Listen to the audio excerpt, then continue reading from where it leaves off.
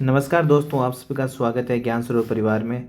दोस्तों, ये complete class रहने वाली है 3rd ग्रेड और आपके NCERT और आपके RBC के इसमें जो साइंस के जो क्वेश्चन है वो इसमें जो अभ्यास प्रश्न पीछे वाले दे रखे हैं वो अपन करेंगे इस क्लास में कंप्लीट। तो वीडियो पूरा ज़रूर देखना, क्योंकि इन क्वेश्चनों से पिछली बार एग्ज़ाम में डायरेक्ट क्वेश्चन पूछ लिए थे। तो ये आपको NCERT RBC वाले क्वेश्चन तो आने ही चाहिए, ठीक है। और सुपरफास्ट रिवीजन करेंगे एकदम से, ठीक है। देखो, क्लास पूरी ज़रूर देखना। पर नारू रोग का रोगजनक क्या है? तो कर्मी। और हर एग्जाम में पूछते हैं नारू रोग का रोगजनक क्या है? आपके कर्मी। तो इसको यहीं रट लेना आप, ठीक है। फिर है मनुष्य का जो रक्तचाप होता है वो ध्यान रखना है, जो एग्जाम में कंफ्यूज करने के लिए आपको 120 ऐसे भी देता है, तो ये मत करना। पहले 120 उसके बाद 80। सामान्य रक्तचाप होता है 120 से 180, ठीक है। इसके बाद आपके तंबाकू किस कुल का पादप है? तो आपके सोलेनेसी। हर एग्जाम में पूछा हुआ है और ये रीट में भी वापस पूछा जा सकता है, सोलेनेसी। फिर आपके जो मदिरा जिसको बोलते हैं एथेनॉल, ठीक है, C2H5OH। अपन डायरेक्ट क्वेश्चन आंसर कर रहे हैं जिससे आपको पता चल जाए, डायरेक्ट एग्जाम में क्वेश्चन आए तो आप आराम से कर सको। आयोडीन की कमी से होने वाला रोग है तो गेंगा रोग। जो 10th क्लास में पीछे क्वेश्चन दे रखे हैं वही अपन कर रहे हैं। इसके बाद है विभिन्न स्तरों पर भोजन और भोजन पाचित रस व अवशिष्ट की गति को नियंत्रित करता है। अच्छा क्वेश्चन है और एग्जाम में बहुत बार ये पूछा हुआ है। विभिन्न स्तरों पर भोजन और भोजन पाचित रस और जो अपशिष्ट गति है वो आपके कौन नियंत्रित करता है, ठीक है। तो याद रखना, सवर्णी पेशियाँ। वापिस आ सकता है भाई, ठीक है। अगला है कौन सा दंत मांसाहारी पशुओं में सर्वाधिक विकसित होता है, ठीक है। मांसाहारी में सबसे ज़्यादा कौन सा होता है? तो रत्नक, चीरने फाड़ने का काम सबसे ज़्यादा यही करता है अपने, ठीक है। इंसिजर, कैनाइन, प्रीमोलर और मोलर क्रम होता है इनका। एपिजोग्लोटिस है का प्रमुख कार्य क्या है? आपके ग्लोटिस का प्रमुख कार्य होता है भोजन को श्वास नली में प्रवेश से रोकना। एंजाइमों का सर्वाधिक भोजन का पाचन की क्रिया कहाँ संपन्न होती है? जो एंजाइम का जो सर्वाधिक बात करें अपन भोजन का पाचन है वो कहाँ संपन्न होती है? तो वो होती है आपके गृहिणी। इम्पोर्टेंट है एंजाइमों वाला, और ये क्वेश्चन डायरेक्ट आपको 3rd ग्रेड में छप सकता है भाई, ठीक है। गृहिणी, एंजाइमों का सर्वाधिक पाचन। उसके बाद है लार ग्रंथि नहीं है, ठीक है। कर्णपर्वय, अधोजीवा, अधोजब और पीयूष ग्रंथि आपके लार ग्रंथि नहीं है, मस्तिष्क में होती है, अग्र मस्तिष्क में। कौन सा एंजाइम अग्नाशय द्वारा स्रावित नहीं होता? देखो, अग्नाशय द्वारा स्रावित एमिलेज, ट्रिप्सिन, लाइपेज। रेनिन नहीं होता भाई, ठीक है, अग्नाशय द्वारा। आगे अपन बात करते हैं कौन सा अंग द्वितीय आपके श्वसन अंग है? कौन सा अंग द्वितीय श्वसन अंग है वो आपको बताना है। तो आपको नासिका, नासाग्रसनी, स्वरयंत्र या मुख। आपके मुख है जो द्वितीय आपके श्वसन अंग है। अब देखो, बाएं फेफड़े में पाए जाने वाले खंडों की संख्या आपको बतानी है। तो बाएं फेफड़े में पाए जाने वाले खंडों की संख्या 2 होती है, ठीक है। एल्यूलाई पाए जाते हैं, जो सल्की उपकला है उनमें एल्यूलल पाए जाते हैं, ध्यान रखना, इम्पोर्टेंट है। इसके बाद अपन बात करते हैं रुधिर का जो द्रव्य भाग होता है वो प्लाज्मा कहलाता है, ठीक है। अगला है कि साधारणतः लाल रुधिर कणिकाएं RBC का विकास कहाँ होता है? तो RBC का विकास प्लिया में होता है। रुधिर का द्रव्य भाग जो लिक्विड भाग होता है, ठीक है, वो आपके प्लाज्मा कहलाता है, ठीक है। देखो, द्रव्य का जो रुधिर का जो मतलब कि जो लिक्विड भाग है वो प्लाज्मा कहलाता है। जो RBC का विकास कहाँ होता है? तो ये प्लिया में होता है, दोनों ही ध्यान रखना। लिक्विड भाग प्लाज्मा और RBC का विकास प्लिया में। फिर है आपके कोशिका श्वेत रक्त कणिकाएं नहीं है। आपको बताना है कि कौन सी कोशिका WBC नहीं है, तो बी लिम्फोसाइट, बेसोफिल, मोनोसाइट है, बिम्बाणुप्लेटलेट्स नहीं है भाई। अगला है कि किस रक्त समूह में लाल रक्त कणिकाएं पर A और B दोनों ही प्रतिजन उपस्थित होते हैं। तो AB प्रतिजन उपस्थित होता है, O में प्रतिजन नहीं होता, और AB में आपके एंटी जो दूसरा होता है प्रतिजन के अलावा वो AB में नहीं होता। ठीक है, तो ये ध्यान रखना, O में प्रतिजन नहीं होता और AB दोनों ही प्रतिजन उपस्थित होते हैं। जो A और B तो AB में होते हैं भाई। ये एग्जाम में डायरेक्ट पूछा हुआ क्वेश्चन है। उसके बाद है आपका परिसंचरण के दौरान रक्त हृदय में कितनी बार गुजरता है। तो परिसंचरण में जो रक्त है वो आपके हृदय में कितनी बार गुजरता है, 2 बार। ठीक है, ये आप ध्यान रखना भाई। मनुष्य मुख्य रूप से किसका आपके उत्सर्जन करता है, तो आपके यूरिया का उत्सर्जन करता है भाई मुख्य रूप से। और ये 10th क्लास के क्वेश्चन है जो आपको एग्जाम में डायरेक्ट पूछे जाते हैं। ग्लोमेरुलस कहाँ पाए जाते हैं, तो बोमेन संपुट में आपके ग्लोमेरुलस पाए जाते हैं भाई। प्रमुख मानव नर लिंग हार्मोन है, तो वो है आपके टेस्टोस्टेरोन, और आपके एस्ट्रोजन और प्रोजेस्टेरोन ये आपके मादा लिंग हार्मोन है।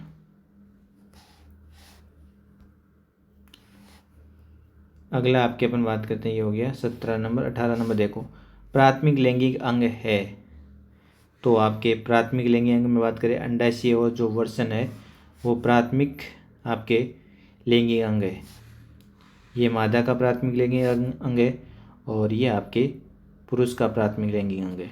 ठीक है, प्रेरक तंत्रिकाएं उद्दीपनों को पहुंचाती है। जो प्रेरक तंत्रिकाएं होती है वो उद्दीपकों को कहाँ पहुंचाती है, केंद्रीय तंत्रिका तंत्र, सेंट्रल नर्वस सिस्टम के अंगों तक। ठीक है, तो ये आपको ध्यान रखना है भाई। अगला है कॉर्पोरा जो क्वाडी जेमिना है वो कहाँ पाया जाता है। बहुत इंपॉर्टेंट क्वेश्चन है भाई। कॉर्पोरा कांड्री क्वाडी जेमिना कहाँ पाया जाता है, देखो ये पाया जाता है मध्य मस्तिष्क में। मस्तिष्क के 3 भाग, अग्र, ये मध्य और ये पश्चिम मस्तिष्क, तो यहाँ बीच में पाया जाता है कॉर्पोरा क्वाड्रिजेरा। ठीक है, पीयूष ग्रंथि में कौन सा हार्मोन स्रावित नहीं करती, तो आपके मेलेटोनिन नहीं करती भाई। वर्दी हार्मोन पीयूष से होता है, वेसोप्रेसिन होता है, प्रोलैक्टिन होता है। ये डायरेक्ट क्वेश्चन दोस्तों एग्जाम में पूछे जाते हैं, क्योंकि 10th क्लास में से क्वेश्चन आप करोगे तो ऑफिशियली, क्योंकि जो पेपर बनता है वहीं से बनता है भाई। दैनिक लेय के नियमनों के लिए उत्तरदायी है, तो दैनिक लेय जिसको जैविक घड़ी भी बोलते हैं, पीनियल को। ठीक है, अगला यहाँ देखो, यहाँ ये पहले तो ये देख लो, यहाँ से क्वेश्चन भी पूछते हैं।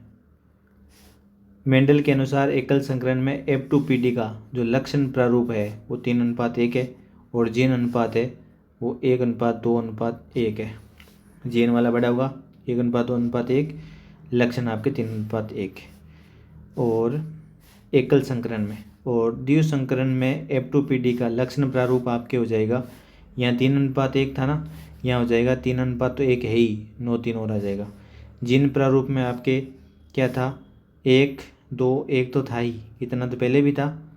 ठीक है, और ये आगे याद ये और कर लेना, 1:2:2, 1:2:2, फिर इनको जोड़ देना 4, फिर आपके 1:2:, ये सिस्टम चलता रहेगा आपको याद रहने के लिए।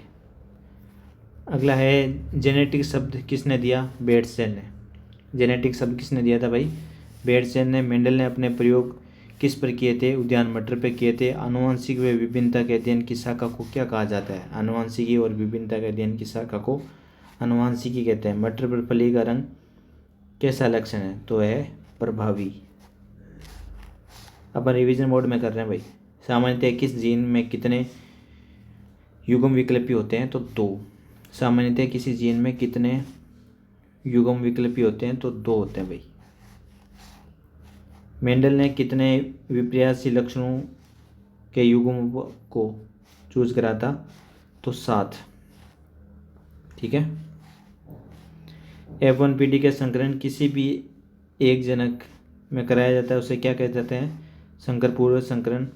और टी बड़ा टी छोटा दोनों टी संतति का अनुपात है 1:1। इनको डायरेक्ट आप रट ही लेना ना। मेंडल ने प्रयोग के अनुसार किसे विपर्यासी लक्षण को नहीं चुना, पुष्प का रंग, बीज का रंग, फली का रंग, जड़ वाले को नहीं चूज करा भाई। F2PD कितने जीनोटाइप होते हैं, 3। ठीक है, यहीं से शुरू कर देता हूँ मैं। सर्वदाता होता है ओ में भी O-। सर्वग्राही होता है AB+। ठीक है, ये सर्वग्राही होता है, ग्राही मतलब ग्रहण करने वाला, ये देने वाला, दाता मतलब देने वाला। ठीक है, रब गर्भ रोग रक्ताणुकता, ठीक है, का प्रमुख कारण क्या है, तो RH बेजोड़ता। ठीक है, रक्त है गर्भा तो गर्भ रक्ताणुकता ध्यान रखना। ठीक है, समजीवी आदान में किस का उपयोग होता है, व्यक्ति के स्वयं का संग्रहित रक्त का। समजीवी उद्यान में किस का उपयोग होता है, तो व्यक्ति के स्वयं का संग्रहित रक्त। अगला है, रक्तदान के दौरान बरती गई असावधानी से कौन सा रोग नहीं होता। मलेरिया तो नहीं होता भाई, ये आपके प्रोटोजोआ से होते हैं। हेपेटाइटिस भी हो सकता है, रुधिर लेनता हो सकता है। ठीक है, और जैकब रोग भी हो सकता है।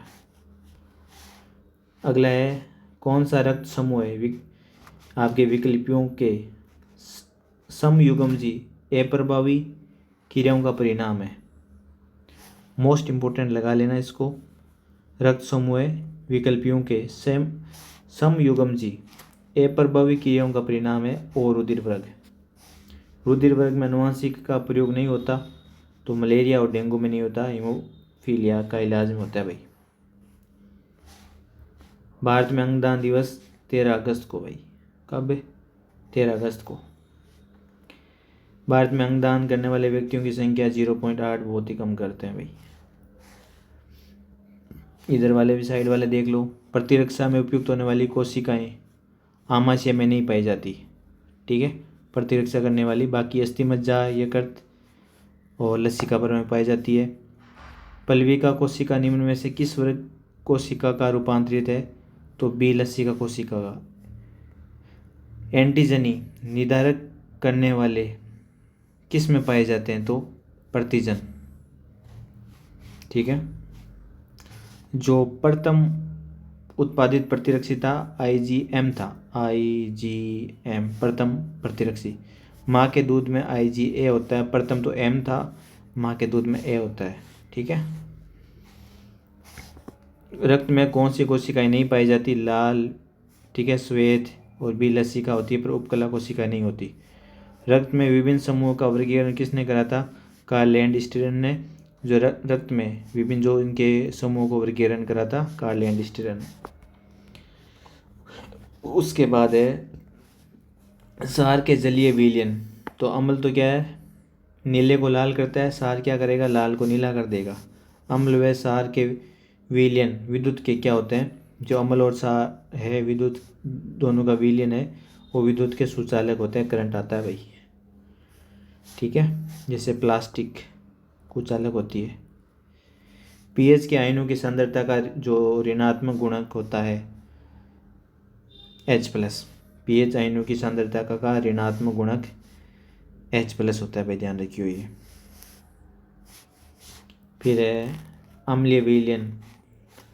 किस अम्लीय विलयन की पीएच है, तो 4, क्योंकि 7 से कम होती है। 7 पे तो क्या हो जाता है, उदासीन हो जाता है। 7 से 14 यहाँ पे होती है सारी है। हमारे उदर में भोजन के पाचन की क्रिया किस माध्यम में होती है, उदर में तो अम्लीय होती है ना, में इसीलिए बाहर से मिल्क और मैग्नीशियम जब अम्लता दूर करने के लिए ये आपको लिया जाता है। अग्निशामक यंत्रों में बनाने के लिए अग्निशामक यंत्र बनाने के लिए किस पदार्थ का यूज, सोडियम हाइड्रोजन कार्बोनेट। ठीक है, सोडियम हाइड्रोजन कार्बोनेट, ये ध्यान रखना आपके अग्निशामक यंत्र के लिए। धावन सोडा होता है जिसमें Na2CO3 10H2O लगता है। ठीक है, ये आपको अच्छे से ध्यान रखना भाई, एग्जाम में पूछा जाता है। ये होता है NaHCO3 खाने का सोडा। कोई यहाँ पे क्रिस्टल मोल नहीं होते, पर यहाँ पे 10 होते हैं। विरंजक चूर्ण वायु में खुला रखने पर कौन सी गैस देता है? विरंजक चूर्ण तो क्लोरीन गैस देता है। साबुन कार्य करती है मृदुल जल में करती है। मिसेल में निर्माण में हाइड्रोजन की पूंछ होती है। जो पूंछ होती है मिसेल में अपन देखते हैं वो अंदर की तरफ होती है। पूंछ क्या होती है? अंदर की तरफ होती है। APCl3 से APCl2 में परिवर्तन कहलाता है। APCl3 से APCl2 में परिवर्तन क्या कहलाएगा? अपचयन कहलाता है दोस्तों। एक पदार्थ जो दो छोटे सरल अणु में टूटता है, टूटना मतलब अपघटन होना किसी चीज़ का, इलेक्ट्रॉन त्यागने वाले पदार्थ को अपचय कहा जाता है। उसका अपचयन हो गया। दोनों दिशाओं में होने वाली क्रिया उत्कर्षणीय है, रिवर्सेबल, ठीक है। इसको भौतिक प्रक्रिया भी बोलते हैं, वापिस बन जाती है ना, भौतिक रिएक्शन। अभिक्रिया के वेग को बढ़ाने वाले पदार्थ होते हैं जो उत्प्रेरक होते हैं, जो कभी नष्ट नहीं होते, अभिक्रिया के वेग को बढ़ा देते हैं। ये एंजाइम होते हैं, जैव उत्प्रेरक होते हैं। यहाँ पे पूछ रहा है मैग्नीशियम यहाँ O आके जुड़ गया, मतलब क्रिया क्या हो गई? मैग्नीशियम धातु हो रहा है, ऑक्सीकृत हो गई है। उत्क्रमणीय दोनों साइड चलेगा, मैंने अभी बताया था आपको यूँ प्रकार से भौतिक की है। वे अभिक्रिया से बनने वाले पदार्थ उत्पाद से ही उत्प्रेरित हो जाते हैं। वे अभिक्रिया जो बनने वाले उत्पाद से ही उत्प्रेरित हो जाते हैं तो उसको बोलते हैं स्वतः उत्प्रेरित। ऊष्माक्षेपी से में हीट क्या होती है? निकलती है, तभी तो ऊष्माक्षेपी है। शोषी में हीट एब्जॉर्ब होती है, ठीक है। 10th क्लास के सारे क्वेश्चन है भाई इसमें, ठीक है। रदरफोर्ड के प्रयोग ने किन विकिरणों का प्रयोग किया था? तो आपके एल्फा किरणों ने रदरफोर्ड के, जैसे आपने वो देखा था, रदरफोर्ड ने नाभिक की खोज करी थी, एल्फा किरणों की पहचान करी थी भाई। पदार्थ का सबसे छोटा कण होता है परमाणु। जो पदार्थ का सबसे छोटा कण होता है वो आपके क्या होता है? परमाणु। दो परमाणु जब मिलते हैं, परमाणु प्लस परमाणु तो अणु मिलते हैं, ठीक है। दो अणु जब मिलते हैं तब यौगिक बनता है। और एक ही प्रकार के परमाणु इज कॉल्ड तत्व, ठीक है। तत्वों का प्रथम आवर्ती वर्गीकरण दिया था तो मेंडलीफ ने प्रथम आवर्तीकरण दिया था। इसने मॉडर्न टाइम दे दिया था मोजले ने, पर जो प्रथम आवर्ती वर्गीकरण वो मेंडलीफ ने दिया था भाई। आधुनिक आ गया ना। आधुनिक आवर्त सारणी जो मोजले ने दी थी, ठीक है, वो परमाणु क्रमांक के आधार पर दे दी थी। आधुनिक आवर्त सारणी आवर्त और वर्गों की संख्या, आवर्त कितने आपके 7, वर्ग कितने 18, आवर्त 7 आवर्त वर्ग 18। आवर्त सारणी में परमाणु क्रमांक में ऊपर से नीचे जाने पर परमाणु आकार जैसे जैसे आप नीचे जाओगे, ठीक है, वैसे वैसे आकार बढ़ता जाएगा। वांडरवाल त्रिज्या सह संयोजक, जो वांडरवाल की जो त्रिज्या होती है वो सह संयोजक त्रिज्या से क्या होती है? बड़ी होती है वांडरवाल, ठीक है, नाम भी बड़ा है, इसे याद कर लेना। एक लघु आवर्त में तत्वों की संख्या कितनी होती है? 8। इसको रट लेना भाई सभी क्वेश्चन को।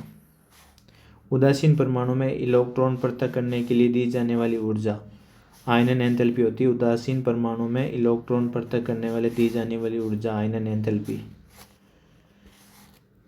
किस तत्व में विद्युत ऋणता सर्वाधिक होती है? जो सर्वाधिक विद्युत ऋणी तत्व है फ्लोरीन।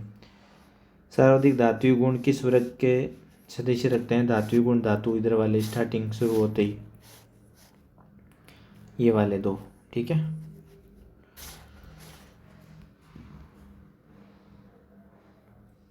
इसके बाद है मेथेन, ठीक है, में बंद कोण का मान क्या होता है आपके? 109 degree attachment, 109 degree attachment.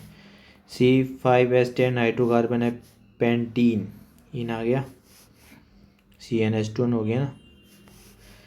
Freon 11 का सूत्र है, ये पूछा हुआ था भाई, यहाँ से डायरेक्ट क्वेश्चन एग्जाम में पूछे हुए हैं भाई। फ्रियोन 11 CFCl3, ये फ्रियोन 11 का सूत्र है CFCl3। प्राकृतिक रबर का बहुलक है आइसोप्रीन। प्राकृतिक रबर किसका बहुलक है? आइसोप्रीन। रबर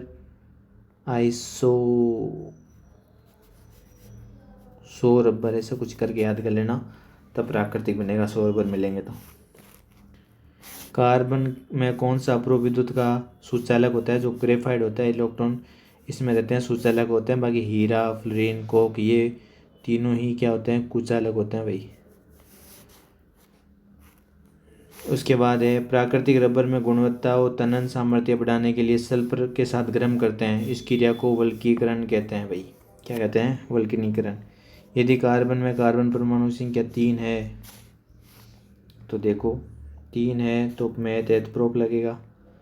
इसका नामकरण कर दोगे आप, यहाँ से शुरू कर देना 1 2 3, ठीक है। 1 सेकेंड, क्योंकि क्लोरीन और इसमें अपन देखें तो डबल बॉन्ड से शुरुआत नाम होगी। 1 2 3, 3 पे क्लोरो है, 3 पे क्लोरो और प्रोपीन होगा। डबल बॉन्ड है यहाँ 3 होता तो प्रोपाइन होता, 1 होता है तो प्रोपेन होता। 1 होते तो यहाँ से शुरुआत होती। नंबर अगर नॉर्मल ऐसे ही देता ना, ये सी सी सी, ठीक है, यहाँ पे क्लोरीन तो नंबरिंग यहाँ से शुरू होती, यहाँ डबल बॉन्ड आ गया तो यहाँ से होती, ठीक है।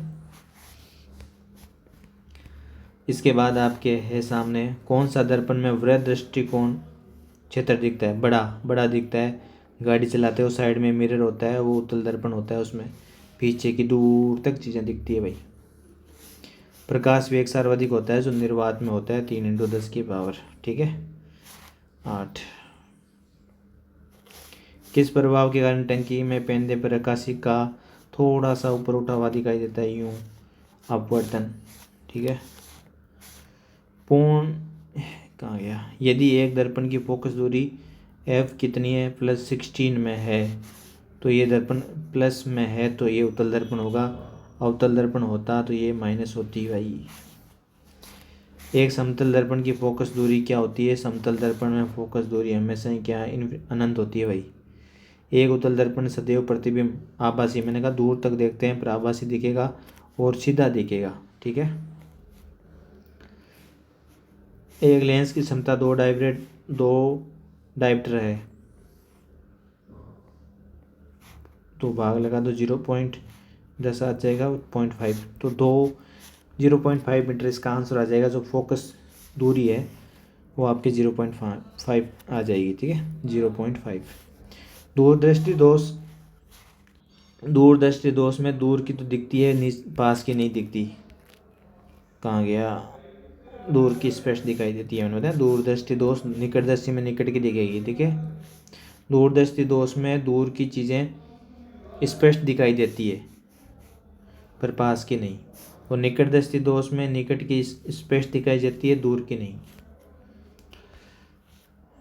ठीक है। ये आपके सामने क्वेश्चन है, आप निकालना है इसका आंसर। एक उत्तल लेंस की फोकस दूरी आपको दे रही है 15 और बिंब और लेंस से कितनी दूरी पर रखा जाए, ठीक है। तो प्रतिबिंब की वास्तविक और बिंब के बराबर आकार का बने, ठीक है। तो इसका उत्तर निकाल के आप चेक करना।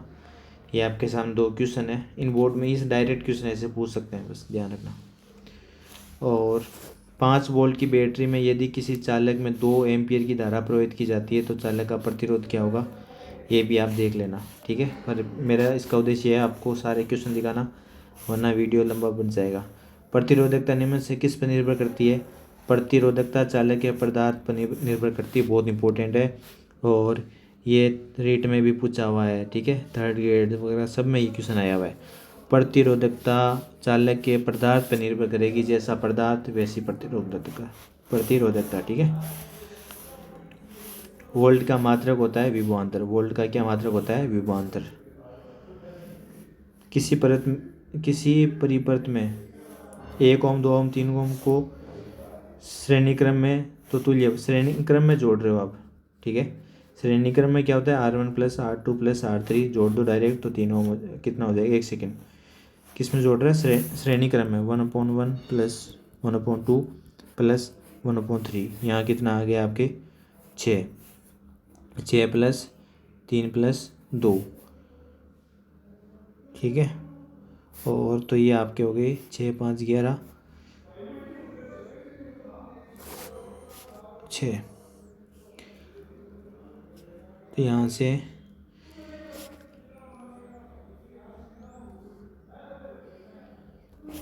बिल्कुल इस तक यहाँ दिक्कत आई है, क्योंकि देखो श्रेणी अपन डायरेक्ट देखें, श्रेणी क्रम में जो जुड़ते हैं तुल्य प्रतिरोध R = R1 plus R2 plus R3 श्रेणी में ऐसे ही जुड़ते हैं।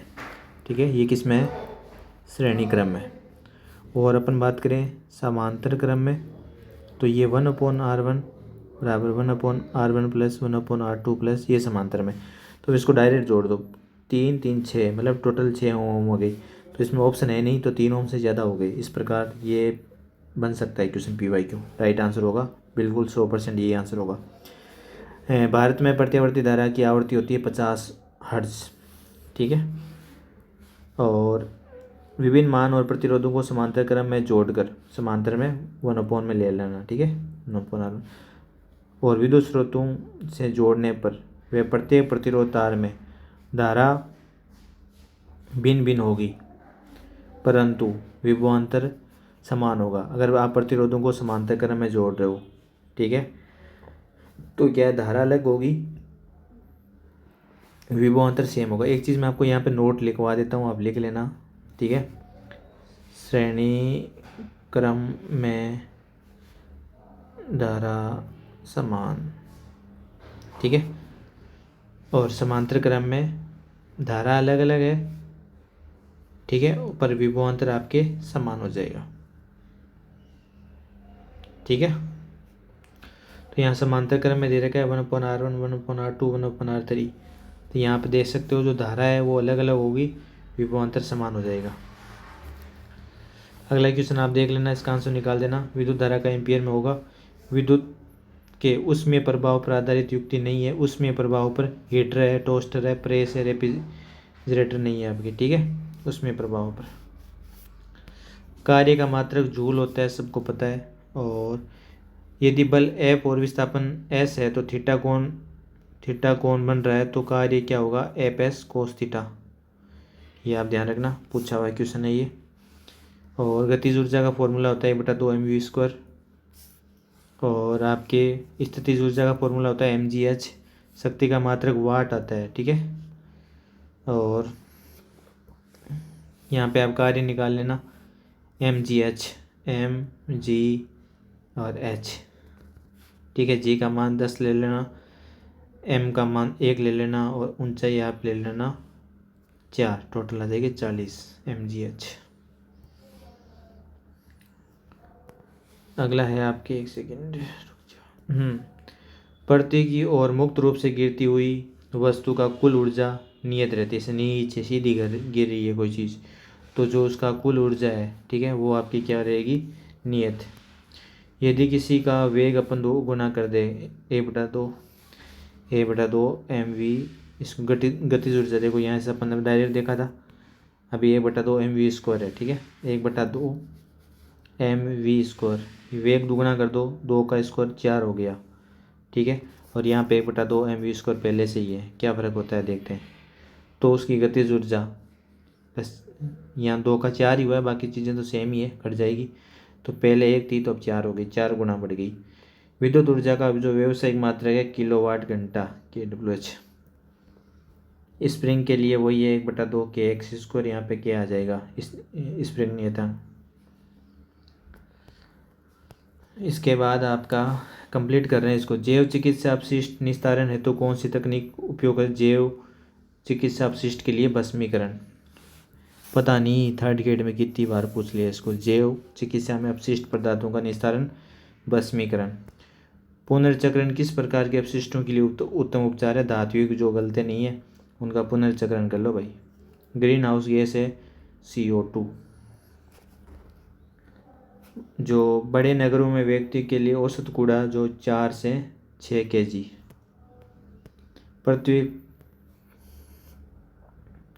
पृथ्वी का नाम नहीं है भानु, भूमि, गे, तेरा सब है। वर्तमान में भूपट्टी पर कितना प्रतिशत भाग पर जल से ढका हुआ है? 70% पर। ठीक है, और सर्वाधिक मात्रा में पाया जाने वाला तत्व है पृथ्वी पर, सर्वाधिक मात्रा में पाया जाने वाला तत्व है लोहा, Fe।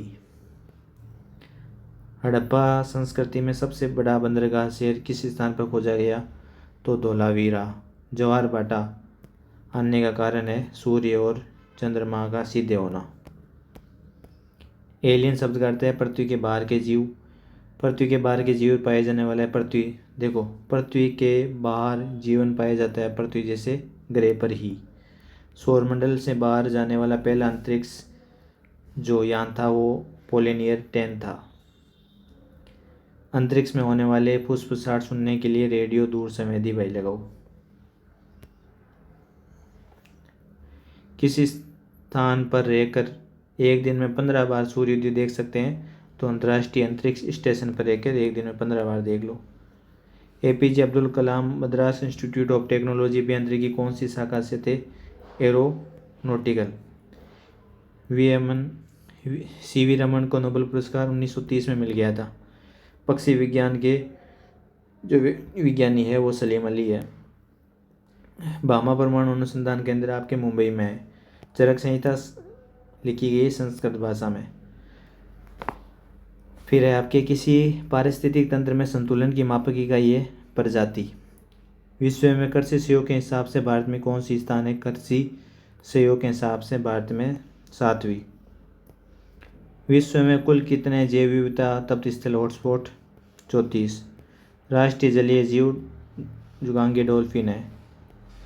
जैव विविधता तप्त जो बायोडाइवर्सिटी हॉटस्पॉट भारतीय क्षेत्र आता है एंडो बर्मा। जो जैव विविधता दिवस है हर बार चाहे लेवल 1 हो लेवल 2 हो 22 मई को अंतर्राष्ट्रीय जैव विविधता दिवस आता है भाई। अंतर्राष्ट्रीय जैव विविधता वर्ष कब मनाया गया? 2010। आता कब है? 22 मई को मनाया गया 2010 को। जंतु प्रजाति विलुप्त हो रही है लगभग। आज लगभग कितनी जंतु प्रजातियां विलुप्त होने के कगार पर है? 4000। और भ्रामक धारणाओं के कारण जो ग्रामीणों द्वारा मारा जाता है गोयरे को।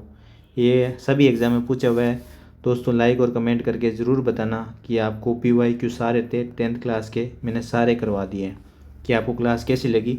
इसके अलावा आपको कौन सी क्लास यूट्यूब पर लानी चाहिए तो कमेंट करके आपको कैसा मैटर लगा वो ज़रूर आप बताना, ठीक है।